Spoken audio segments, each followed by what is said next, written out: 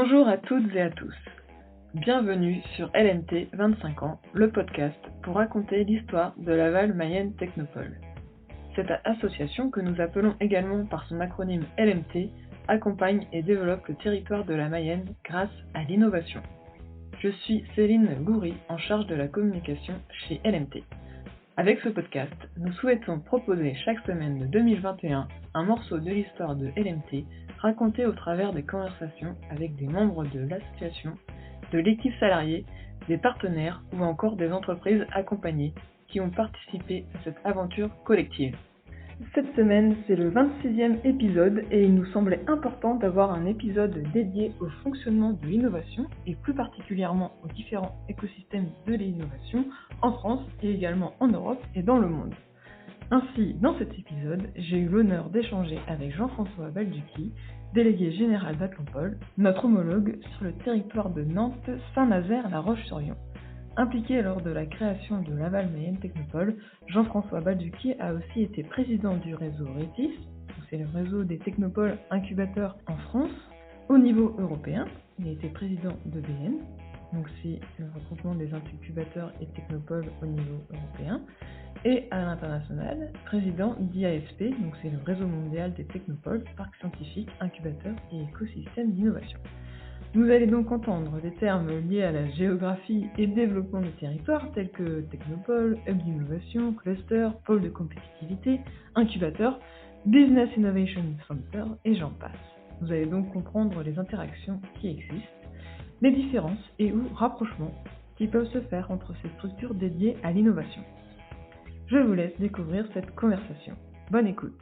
Bonjour Monsieur Balducchi, je vous remercie vivement d'avoir accepté l'invitation pour participer au podcast LMT 25 ans. En effet, en tant qu'acteur de l'innovation en France, et vous allez nous l'expliquer pourquoi.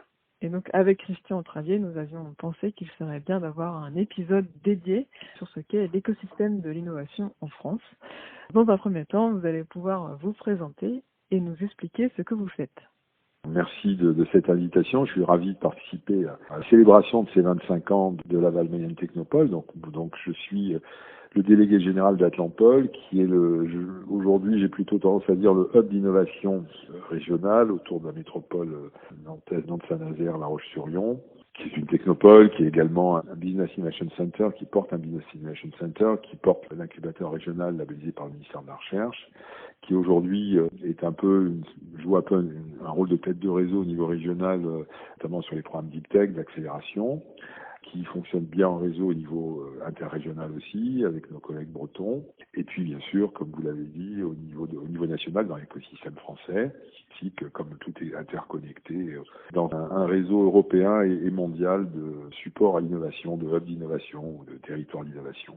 Ça dépend comment on le dit. Et voilà, j'ai moi-même présidé ce réseau national, puisque c'est un réseau où on a fusionné différentes entités, donc c'est moi qui me suis occupé de ça il y a pas mal d'années maintenant. C'était il y a plus de 20 ans, et entre les BIC, les technopoles, les incubateurs, et puis il y a aussi quelques pôles de compétitivité qui sont greffés à ça, on en reparlera. Et puis j'ai eu la chance et le plaisir de présider également le réseau européen et le réseau mondial, donc on pourra évoquer l'écosystème français par rapport à d'autres écosystèmes. D'accord. Pour continuer, donc pouvez-vous nous raconter notre parcours dans l'innovation ? J'ai un parcours très rapidement, j'ai une formation scientifique, j'ai travaillé dans l'industrie pendant une quinzaine d'années, puis après je suis venu un peu par hasard à ces problématiques d'innovation, et notamment j'ai structuré le système d'innovation en Corse, j'ai tenté de structurer, ça a marché pendant quelques années, et puis aujourd'hui, ça continue, mais bon voilà, donc c'est ça qui m'a amené à venir à cette industrie de l'innovation, on va dire, des startups, des PME innovantes. Je suis arrivé à Atlampol il y a fin 96 et donc quelques années avant que l'idée d'une technopole à Laval ne commence à germer, enfin, à peu près au même moment d'ailleurs. Et donc c'est comme ça que j'ai été sollicité, j'ai pris la présidence du réseau national très rapidement d'ailleurs, et c'est un peu à ce titre que j'ai été sollicité à l'époque par François Daubert et Guy Lebras pour, à titre personnel, participer un peu à la réflexion autour de cette idée de technopole, et puis en tant que président du réseau pour justement apporter un peu un éclairage national. Et puis je pense que il était aussi important, je crois que les fondateurs souhaitaient qu'Atlampol soit dans le conseil d'administration des fondateurs. Voilà. Donc c'est un peu ça qui m'a amené à m'intéresser de près à ce qui se tramait à Laval. Et c'était très intéressant parce que d'emblée, on a pu très concrètement, avec une équipe de qualité, décliner ce qu'on entendait par technopole. C'est-à-dire que technopole, le mot est un peu galvaudé aujourd'hui. À l'époque, on disait technopole avec un accent circonflexe ou technopole. Alors vous savez, le technopole, ça vient du grec, techné, police, la cité. On pourrait traduire ça aujourd'hui par smart city, mais c'était donc pas un parc technologique uniquement. Je pense que le travail qu'on a fait à l'époque avec Guy et son équipe, c'était de travailler à un concept qui allait au-delà d'un parc. Il y avait bien sûr un parc technologique qui matérialisait la technopole, mais il y avait la volonté, et moi j'ai poussé dans ce sens, et je crois qu'il y a eu un consensus là-dessus, tout le monde a convergé, pour dire qu'il fallait vraiment déjà une sorte de hub d'innovation sur l'ensemble du bassin d'emploi de la Mayenne. Et d'où d'ailleurs l'implication de la CCI à l'époque et du département, c'est bien avant la loi NOTRe, et c'est comme ça que s'est décliné le concept de Laval Mayenne Technopole, qui du coup s'inscrivait bien dans le réseau des technopoles françaises, qui étaient depuis belle lurette, n'étaient pas uniquement des parcs scientifiques. D'abord parce que les technopoles françaises ne se sont jamais vraiment occupées d'immobilier. L'immobilier, c'est l'affaire des collectivités, les SEM, l'aménagement, etc. Et les technopoles françaises fonctionnent plus aujourd'hui comme des hubs, et c'est très reconnu au niveau international maintenant, sont surtout sur l'ingénierie d'innovation, c'est-à-dire comment on organise, comment on anime un réseau d'acteurs de l'innovation, entreprises, acteurs académiques, investisseurs, cabinets en tout genre, en brevets, etc., experts comptables, tout un réseau d'acteurs publics et privés qui, sur un bassin d'emploi, vont être au service des entreprises, des entrepreneurs et du territoire. Et pour ça, pour pouvoir constituer une équipe capable de capitaliser un peu sur un vrai savoir-faire, une expérience et des compétences qui sont assez pluridisciplinaires, mais qui s'attachent à travailler sur des sujets complexes, c'est important d'avoir une masse critique. Et donc, s'agissant d'une ville moyenne comme Laval, c'était évident qu'il fallait travailler sur l'ensemble de la Mayenne, et c'est ce qui a permis à la Technopole d'emblée de démarrer avec une ambition élevée, en faisant aussi des choix un peu stratégiques sur certains domaines d'activité comme la réalité virtuelle, qui était assez visionnaire à l'époque, mais pas que, pas uniquement là-dessus. Et voilà, et un peu aujourd'hui, si vous voulez, si vous m'avez demandé ce que je faisais, Atlampol, c'est pas un parc scientifique à Nantes, c'est toute une dynamique d'innovation autour du bassin économique et universitaire de Nantes, Saint-Nazaire, La Roche-sur-Yon. Donc vous voyez, c'est des territoires beaucoup plus larges. Aujourd'hui, au niveau mondial, on parle de Areas of Innovation, qui est par opposition au Science Park. Science Park, qui avait vraiment une connotation très aménagement, immobilier. Dans le mot technopole, aujourd'hui, avec l'évolution au niveau mondial, justement, de ce concept de hub, on se retrouve beaucoup plus facilement dans les missions technopolitaines, qui sont à la fois donc cette animation de réseau, et l'animation, c'est pas juste de l'animation, c'est le structurer, c'est vraiment un travail très proactif, parce que chaque entreprise, chaque acteur est pris par son quotidien, et parfois, pour innover, il faut anticiper, il faut lever le nez du guidon, c'est pas toujours simple avec les contraintes quotidiennes, et donc il faut aider, il faut stimuler, il faut proposer, et ça, c'est le rôle d'une technopole. Il y a aussi, bien sûr, donc il y a tout l'événementiel, des animations, etc., que vous connaissez très bien à Laval. Et puis, il y a la fonction d'incubation, qui là aussi, on n'est pas dans une incubation physique, c'est pas le simple fait de peindre un bâtiment avec des lettres en or incubateur, c'est vraiment de travailler sur un processus de sensibilisation à l'entrepreneuriat, de détection, alors soit directement dans des laboratoires de recherche quand il y en a, ou grâce à des prescripteurs qui vont faire converger vers la technopole des porteurs de projets, des entrepreneurs potentiels. Et le rôle de la technopole, c'est d'analyser tout ça, c'est de conseiller, c'est de filtrer, et finalement, c'est de sélectionner des projets qui ont de l'ambition, qui sont innovants, et de pouvoir après, mais qui ont un long chemin à faire, un parcours du combattant, parce que c'est pas simple, et surtout quand on parle d'une grosse innovation. Parfois, le marché n'est pas encore mature, la techno n'est pas mature, l'équipe n'est pas constituée, il y a beaucoup de sujets, et ça, c'est le travail de la technopole, d'être un peu le catalyseur et d'accompagner la naissance, anté-création, puis post-création, et dans la durée. Et pour finir, Il y a bien sûr une notion de marketing territorial que fait très bien, je pense, Laval Mayenne Technopole et qui permet aussi de montrer où on est sur la carte, quelles sont les compétences, de valoriser les acteurs. Parfois, lorsqu'il y a eu la politique des pôles de compétitivité qui est arrivée en France en 2005, eh bien, de pouvoir saisir les opportunités qu'offrent certains pôles pour les entreprises dont on a la charge de l'animation. D'accord. Est-ce que vous pouvez nous raconter comment sont nés les technopoles en France et pourquoi? C'est une très bonne question. Comment sont-elles nées? Alors, contrairement à beaucoup d'initiatives récentes, parler des pôles de compétitivité, c'est une décision de l'État, le ministère de l'Industrie, enfin de Matignon. Les incubateurs Allègre, comme leur nom l'indique, c'est une décision de l'État, du ministère de la Recherche. Les BIC, Business Machine Center, le programme, c'est une décision de l'Union européenne. Eh ben, les technopoles, non. Technopole, c'est un mouvement complètement ascendant, donc en bon français on dirait bottom-up, d'initiatives locales prises par des collectivités ou des acteurs privés d'ailleurs, pour développer, pour structurer finalement le territoire autour de l'innovation. Donc c'est né en France, c'est né par un contre-exemple. Donc je ne mâche pas mes mots en disant ça, je suis pas langue de bois. La technopole, quand vous demandez à quelqu'un qui ne sait pas du tout ce que c'est, technopole, il risque de vous dire Sophia Antipolis.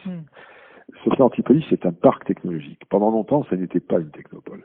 Bon, c'est un parc technologique qui a été structuré, qui est né finalement de pas grand-chose, dans un endroit béni des dieux, sur la Côte d'Azur, près d'Antibes, Valbonne, et qui, dans le cerveau du sénateur Pierre Lafitte, qui était quelqu'un qui avait anticipé, qui voulait que il sentait bien que la France était très centralisée, que tout se faisait à Paris, et il connaissait bien la Californie, et il disait, il n'y a pas de raison que, ici, dans cet endroit magnifique, près de Nice, avec un aéroport international, donc à 20 minutes, on puisse pas développer, délocaliser et attirer des entreprises. Et c'est comme ça qu'est née Sophia, avec un parc, et donc l'aménagement de parc avec des boîtes comme IBM, le laboratoire de l'École des Mines de Paris, d'informatique qui est descendu là, et l'INRIA. Il y a eu sur Sophia, à l'époque il y avait la DATAR, qui était un organisme qui était chargé de l'aménagement du territoire. Il y a une volonté là de l'État de délocaliser, il y avait le corps des lignes qui était derrière, et de faciliter l'implantation d'entreprises, de laboratoires de recherche, et en espérant que ça attirerait, etc.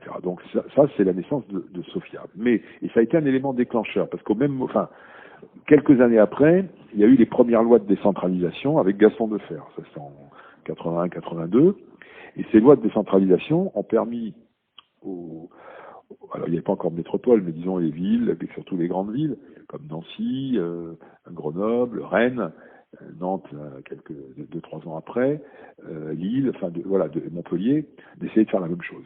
Alors d'essayer de faire la même chose, c'est là que très vite, ces pionniers-là se sont rendus compte qu'il n'y avait pas de modèle unique. Il ne s'agissait pas, par exemple, Clermont, il y a eu le premier épisode où ils ont essayé de faire un parc à la sortie de Clermont, ça n'a jamais marché, parce qu'il faut mettre de l'essence dans le moteur, et s'il n'y a pas de dynamique d'animation de réseau, d'incubation, etc., ça marche pas. Sophia, ce qui a marché, c'est qu'il y a eu un fort soutien de l'État au départ, qui a délocalisé des labos, encore une fois, et des entreprises comme IBM qui ont suivi. Donc ça n'arrivait pas ailleurs. Donc ailleurs, qu'est-ce qui s'est passé? Très vite, un certain nombre de personnes, je pense à Nancy, Bernard Guerrier de Dumas, il s'est dit, il faut qu'on développe une vraie dynamique de réseau autour de l'université. Donc l'université ou le monde universitaire, pilier finalement de base d'une technopole, une masse critique, une équipe d'animation et d'incubation. Donc à l'époque, ils ont déposé très vite un projet de BIC au niveau européen, et c'était le BIC Promotech, BIC Business Innovation Center. Et voilà comment ils ont pu développer. Donc il y a eu des réussites, Rennes Talente, quelques autres, Montpellier. Et puis il y a eu quelques semi-échecs parce que très vite, ceux qui sont restés uniquement sur la notion de parc technologique, une fois que le parc était plein, parfois il y avait le risque que ça se sclérose. C'est ce qui s'est passé à Grenoble avec la ZIRS de Mélan. Une fois que la ZIRS était pleine, il n'y avait plus de dynamique d'innovation. Nancy Brabois a connu aussi un moment de flottement pas mal d'années après la création. Donc les technopoles qui sont arrivés un peu plus tard, parce que bien sûr au fil des années, il y a eu des projets de technopoles qui ont fleuri sur le territoire, toujours avec des initiatives locales. Mais comme le réseau s'était constitué, le réseau national, connecté un peu au niveau international, il y a eu très vite en France la volonté, notamment de mes prédécesseurs, d'avoir un cahier des charges pour ne pas labelliser Technopole n'importe quoi. Il ne s'agissait pas de labelliser un gadget d'élu qui disait « Tiens, ça faisait bien, mon nouveau mandat, je vais créer une Technopole Voilà, c'est pas comme ça que ça marche. Donc une technopole, ça se construit dans la durée, et c'est un vrai projet de territoire qui doit associer les acteurs académiques, entrepreneuriaux et les collectivités. Et ça permet de développer petit à petit, on est au-delà des mandats électifs, mais de développer une vraie stratégie d'innovation, avec une vraie dynamique, avec souvent des budgets restreints, parce qu'encore une fois, ce mouvement des technopoles, il est parti du bas, et il n'a pratiquement jamais été soutenu directement par l'État. Ça, c'est vraiment, il faut bien le comprendre, c'est très important, ça n'a jamais vraiment été soutenu par l'État.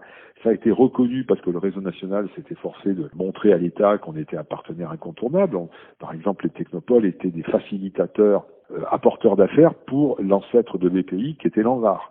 L'ANVAR, qui était une très belle initiative dans les années 80, avait déjà déployé tous les outils pour aider les entrepreneurs innovants. Mais ils n'avaient pas les moyens suffisants pour aller faire de la détection. Et les technopoles sur le terrain ont organisé finalement un maillage du territoire qui permettait de faire, aujourd'hui on dit un sourcing qualifié, mais c'était déjà le cas il y a 25 ans, de faire de la détection de projets et d'amener des projets qualifiés à venir taper à la porte de l'ANVAR. Donc sur les territoires, ces technopoles ont été des points de fixation qui ont permis de faire émerger des projets innovants. Et ensuite, je crois que les technopoles, et notamment dans l'Ouest, ont eu l'intelligence à chaque fois de saisir les opportunités des différentes décisions, initiatives d'État ou européennes qui ont lancé, après la loi sur l'innovation, les incubateurs publics ou qui ont lancé la politique des pôles de compétitivité. Et c'est comme ça que les technopoles, souvent les BIG, ont réussi à s'inscrire dans ces politiques-là en attrapant ces labels et en renforçant leur poids et leur force de frappe. Mais tout en gardant cette signature originelle qui était le fait d'être partie du terrain, d'être des initiatives locales, d'être à l'écoute du territoire et des entrepreneurs et des acteurs de l'innovation. Donc c'est vraiment important de comprendre comment est né ce mouvement. Alors aujourd'hui, le réseau, il regroupe une centaine de membres, il doit y avoir 50 à 60 technopoles et peut-être une cinquantaine, mais avec justement, et moi je m'étais efforcé quand j'étais président du réseau, à ne pas dire, parce qu'à l'époque beaucoup les journalistes disaient il y a des grandes technopoles et des petites technopoles, ça veut rien dire. Il y a des technopoles qui marchent et des technopoles qui marchent pas. Et il y a des technopoles, je vous ai cité Clermont tout à l'heure, qui sont sur des territoires, mais on aurait pu parler de Toulouse, qui a été pendant longtemps, un énorme problème dans le réseau, où ça n'a pas pris. C'est-à-dire qu'il n'y a jamais eu de vraie initiative. Il y a eu une initiative de parc technologique, mais qui n'a jamais vraiment débouché sur une vraie technopole pour Toulouse. Et puis, il y a des villes plus petites, des villes moyennes, mais parce qu'elles ont la masse critique, parce qu'elles ont eu l'intelligence de s'appuyer sur les moyens, le pôle académique qui était sur le territoire, et avec d'autres acteurs au niveau du département, ont réussi à bien fonctionner. Et dans l'Ouest, c'est vrai que c'est le cas de quelques technopoles bretonnes et de Laval Payenne Technopole. C'est vrai, aujourd'hui, on pourrait parler de La Rochelle, par exemple, qui a été labellisée il y a quelques années, et qui aussi s'inscrit dans cette dynamique-là. Pour finir peut-être, parce qu'aujourd'hui le réseau national qui s'appelle RETIS, maintenant, il s'appelait France Technopole, puis France Technopole Entreprise Innovation, puis RETIS, quand j'ai laissé moi la présidence, on avait baptisé RETIS. Aujourd'hui c'est présidé par le directeur général d'Hélioparc, qui est la Technopole de Pau, Pau-Béarn, pays de l'Adour.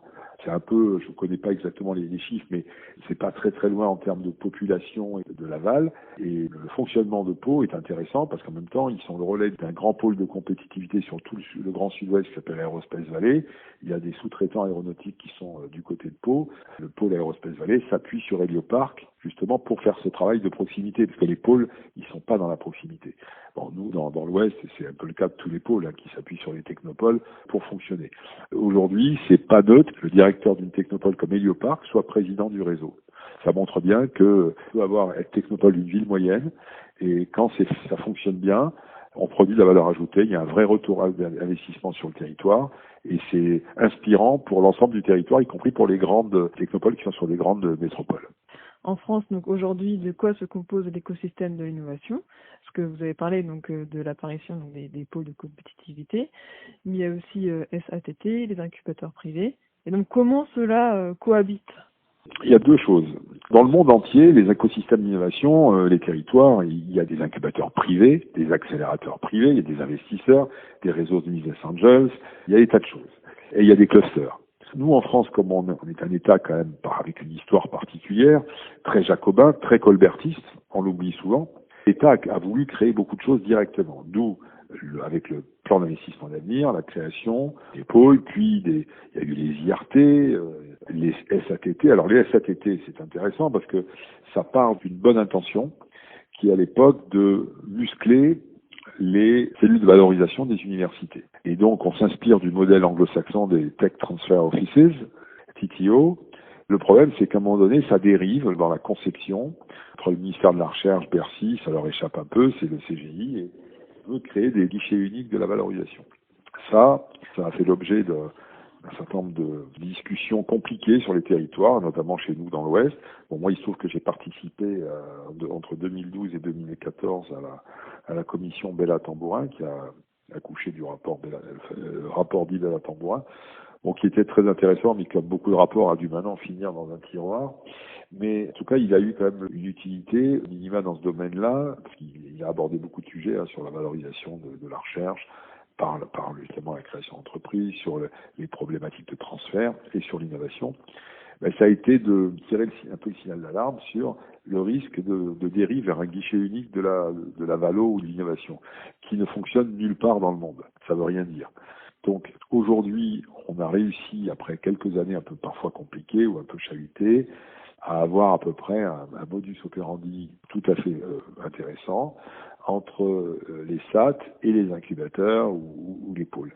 Alors dans l'Ouest, on a une SAT qui est pas birégionale entre la Bretagne et Pays de la Loire, qui s'appelle Ouest Valorisation, dont le siège est à Rennes, qui est bien présente aussi en Pays de la Loire, avec laquelle on a aujourd'hui un fonctionnement qui est non seulement apaisé, mais qui est productif. Donc on a gagné ensemble appel à projet sur French Tech Seed, qui permettait de renforcer les fonds propres des startups innovantes. Et puis là maintenant, on a gagné il y a un an, et Laval fait partie du consortium avec Atlampol, qui est pilote du consortium, et West Valorisation, un programme d'accélération Deep Tech qui nous permet de bien fonctionner ensemble. Mais il a fallu un peu de temps pour que les acteurs parisiens comprennent que la valorisation, c'était pas un processus linéaire.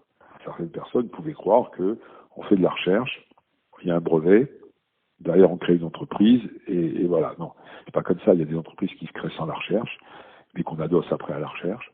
Il y a des entreprises qui viennent de la recherche, mais c'est la volonté entrepreneuriale du chercheur ou de quelqu'un dans l'entourage du chercheur qui fait qu'on va commencer à maturer l'idée de création d'entreprise en même temps qu'on mature la recherche, la techno. Donc tous ces processus sont un peu itératifs et absolument pas linéaires. Et ça, aujourd'hui, sur le territoire, en Pays de la Loire, l'articulation SATT, incubateur Technopole, fonctionne plutôt bien. Mais ça n'a pas été un long fleuve tranquille. Donc, je me suis un peu appesanti sur la SATT parce que finalement, à chaque fois qu'on a eu des initiatives top-down, venant de l'État, et là actuellement on en a une, on répond à une initiative européenne sur les EDIH, European Digital Innovation Hubs, nous, on a finalement un rôle de mettre en phase, de mettre en synergie des idées qui viennent du pouvoir national ou européen qui sont pas toujours mauvaises, qui obéissent à des volontés stratégiques macro qui sont tout à fait intéressantes, mais qui souvent ne tiennent pas assez compte des problématiques territoriales, et surtout dans un État comme la France où tout se décide depuis Paris. Et donc là, nous, on est là finalement pour modérer tout ça, pour faire en sorte qu'on prenne le meilleur de l'initiative nationale et qu'on l'accommode au mieux au plan territorial pour qu'elle serve vraiment les intérêts des entrepreneurs. Donc c'est pas toujours simple, mais je pense qu'on n'y arrive pas trop mal. Et Laval Mayenne Technopole tient toute sa place dans cet écosystème. Mais vous voyez, ça se décrète. Un écosystème, il se décrète pas. Il s'organise. Il y a des écosystèmes où il y a un gros potentiel d'innovation, mais l'écosystème n'est pas du tout organisé. Le résultat n'est pas toujours à la hauteur du potentiel. J'ai parlé de Toulouse, je pourrais parler du plateau de Saclay, parce que prenons la région parisienne, où là vous avez 45% de la recherche française est sur le plateau de Saclay, et on n'a jamais réussi, jusqu'à ce jour, à avoir une vraie dynamique technopolitaine au sud de Paris.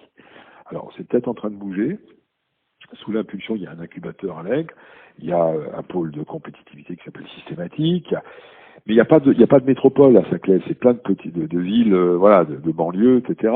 La région, elle a le pouvoir économique, mais la région parisienne, c'est très grand, et Saclay, c'est sur 2 ou 3 départements, et ça n'est qu'une partie de la région, donc c'est très compliqué. Le Grand Paris, pour l'instant, ça n'est qu'un concept, donc il ne va pas jusqu'à Saclay. Comme quoi, l'initiative locale, même à Paris, elle aurait du sens pour valoriser l'énorme potentiel de la région parisienne pour en faire une vraie Silicon Valley. Alors, je dis pas, on a des belles réussites, parce qu'on a des incubateurs qui fonctionnent un peu comme nous, dans Paris Intramuros ou comme Agoranov, etc. Mais je suis moi convaincu qu'on pourrait faire beaucoup mieux. Alors, les pôles ont fait un élément d'accélération, mais plus le territoire s'organise pour ça, mieux c'est. Et finalement, paradoxalement, les grandes métropoles sont pas toujours les mieux armées pour développer ça. Ça a été pareil à Lyon. Ou à Strasbourg. Strasbourg, on a délabellisé une technopole il y a quelques années parce que c'était en fait resté un parc technologique, et le Kirch, qui était complètement figé et où l'innovation se passait pas là, quoi. Donc, parce qu'il n'y avait pas de volonté à l'époque de Strasbourg de développer une vraie stratégie d'innovation, ils en étaient restés à la notion d'aménagement d'un parc autour de l'université. Alors les choses, après les choses bougent, mais nous, dans la dynamique technopolitaine, notre rôle, c'est toujours de veiller à ce qu'on optimise les moyens, l'énergie, et qu'on ait le meilleur résultat possible en fonction des moyens qu'on y met, qu'ils soient publics ou privés. Qu'en est-il de la place des technopoles au niveau européen et international ? Au niveau européen, on a beaucoup intégré les BIC et les Science Park ou les technopoles. Vraiment, les deux réseaux EBN et IASP ont travaillé ensemble parce que souvent, et notamment les Français, on était dans les deux réseaux. Et donc aujourd'hui, beaucoup de technopoles, même quand ce sont des Science Park au départ, ont vraiment intégré cette notion d'ingénierie d'innovation. Et donc, les services qu'on a dans les technopoles françaises, on les retrouve en Suède, en Allemagne, à Heidelberg, à Stockholm, à Linköping, etc., en Italie, en Espagne. On retrouve ces mêmes fonctionnements. Mais après, il n'y a pas de modèle unique, parce que bien évidemment, ça dépend beaucoup du territoire et de la géographie, de l'histoire, etc. Donc mais on retrouve toujours ces ingrédients, nécessité de mettre ensemble toutes les forces académiques, entrepreneuriales, consulaires, collectivités locales, avec, bien sûr, quand on peut, le soutien de la province ou de l'État. C'est les ingrédients qu'on retrouve partout. Et au niveau mondial aussi, moi j'ai présidé le réseau mondial de 2014 à 2016. Mon successeur, pas immédiat mais actuel, c'est le responsable d'une structure qui s'appelle Ann Arbor Spark. Spark comme l'étincelle. C'est une structure qui se trouve à Ann Arbor, qui est la capitale, qui est le siège de l'Université du Michigan. C'est à 40 minutes de Détroit. Et autour de ça, ils ont développé une sorte de hub d'innovation. Avec, là aussi, il y a des clusters sur la mobilité, par exemple. Donc, ils ont connecté un certain nombre de clusters. Ils font de l'incubation. Ils ont un réseau d'entreprises qui suivent dans la durée. Et finalement, ils ont animé un vrai écosystème d'innovation autour d'Ann Arbor, alors qu'à 40 minutes de là, à Détroit, comme vous le savez, c'est une ville qui est en faillite, etc., suite à la crise de l'industrie automobile. Alors, elle est en train de se relever.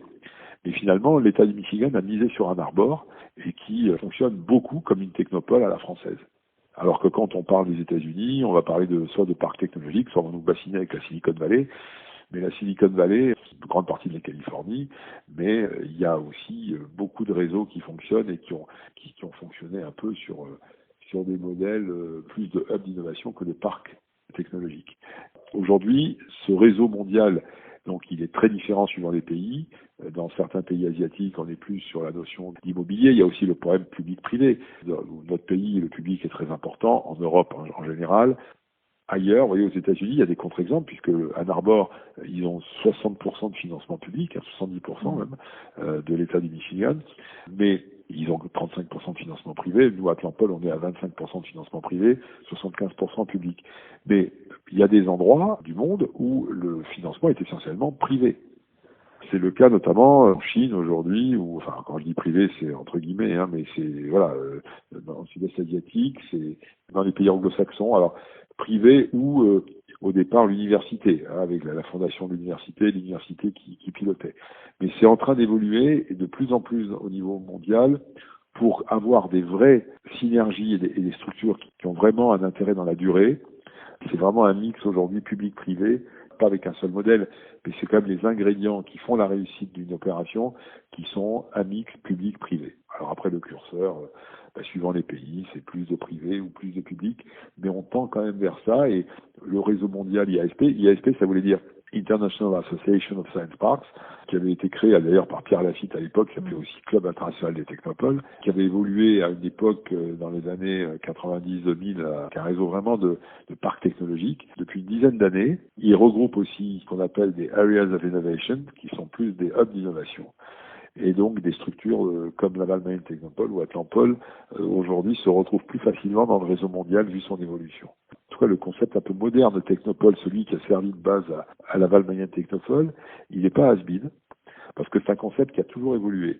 Donc ce qui est has-been, ça serait plus la notion de technopole avec un accent circonflexe, où on aurait un parc technologique figé. Ça c'est pas ça l'avenir, et ça fait longtemps que c'est pas ça l'avenir. Par contre, la notion de hub d'innovation, où il y a un vrai travail en proximité, d'accompagnement individuel des entreprises, donc de manière très complémentaire au travail des pôles de compétitivité ou des clusters, qui eux sont dans l'action collective. Recherche collaborative, marketing international, on est beaucoup plus dans l'action collective, dans la notion de filière, alors que la Technopole est dans un travail individuel, de proximité, avec des entreprises accompagnées qui sont souvent des entreprises très ambitieuses et qui sont à l'international, mais qui créent de la valeur et de l'emploi au niveau local. C'est ça la force aujourd'hui d'une Technopole, qui en plus, quand je dis hub, c'est parce que souvent, elle connecte plusieurs filières, donc plusieurs pôles de compétitivité. Et donc, il y a un croisement de plusieurs filières. L'innovation, elle est souvent au croisement des filières. Elle n'est pas en silo dans une filière donnée. Le numérique, par exemple, l'industrie et le numérique, c'est se connecter. L'agriculture et le numérique, c'est connecté. La mer et la santé, c'est connecté. Aujourd'hui, notre rôle du Technopole, c'est aussi de faire en sorte que sur notre territoire, des pôles de compétitivité et des vraies interactions, parce qu'on a beaucoup, c'est le cas à Laval comme c'est le cas à Nantes, d'entreprises qui sont adhérentes de 1, 2 ou 3 pôles de compétitivité. En région, donc comment travaillent les technopoles et quel est le lien entre Atlampol et Laval Mayenne Technopole? Alors les technopoles entre elles, eh bien, elles sont en réseau, elles sont en réseau au niveau régional. On répond régulièrement à des appels à projets nationaux ou européens, donc c'est le cas. Là, on a eu 2 beaux succès et puis là, on travaille ensemble sur un 3e sur le Digital Innovation Hub. On est en réseau au niveau aussi interrégional. On est dans une association qui s'appelle Westbic Technopole et qui nous a permis notamment de porter un consortium qui s'appelle ESABIC. Donc là aussi, c'est une réussite pour le mouvement des technopoles et des BIC parce que l'ESA, l'Agence spatiale européenne, plutôt que de créer un incubateur centralisé à Darmstadt ou à Toulouse, a préféré s'appuyer sur le réseau EBN et ses ramifications dans les différents pays, donc Rétis en France, pour développer un processus d'incubation pour valoriser les technologies issues du spatial sur des domaines connexes, agriculture, mobilité, industrie, santé, etc.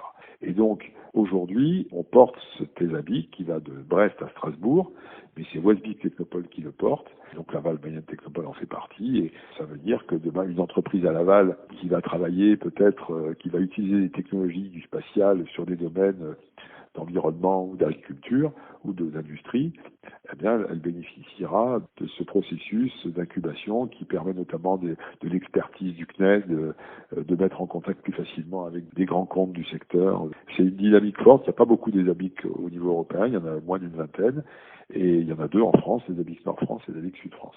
Donc voilà un exemple, bon travail collectif des technopoles, après dans le dialogue avec la région, puisque c'est quand même notre, entre guillemets, actionnaire commun, eh bien, on pèse, il y a le CCRDT, il y a les commissions, etc. sur justement, on est un acteur de la politique régionale d'innovation. J'ai parlé de l'État et de l'Europe, puis aussi bien sûr de la région.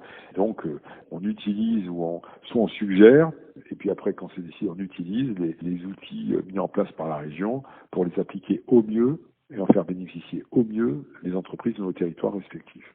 Un bon exemple de coopération aussi, c'est Innovdia, qui est organisé alternativement à La Roche-sur-Yon et à Laval, qui est un bon exemple aussi de coopération. Mais il y en a d'autres. Hein. L'incubateur, bien sûr, Atlampol porte l'incubateur ministère, mais au bénéfice d'entreprises de Laval et qui a régulièrement eu des entreprises incubées adossées à la recherche publique depuis 10-15 ans. Merci Jean-François Balducchi pour ces explications sur les écosystèmes d'innovation existants et notamment l'origine des technopoles en France. Ce sont de véritables actrices du développement local, elles travaillent en proximité, elles doivent bien connaître et se faire connaître auprès des entreprises, le monde de la recherche, l'enseignement supérieur, mais aussi plus largement, car un projet innovant peut émaner de toutes parts sur le territoire.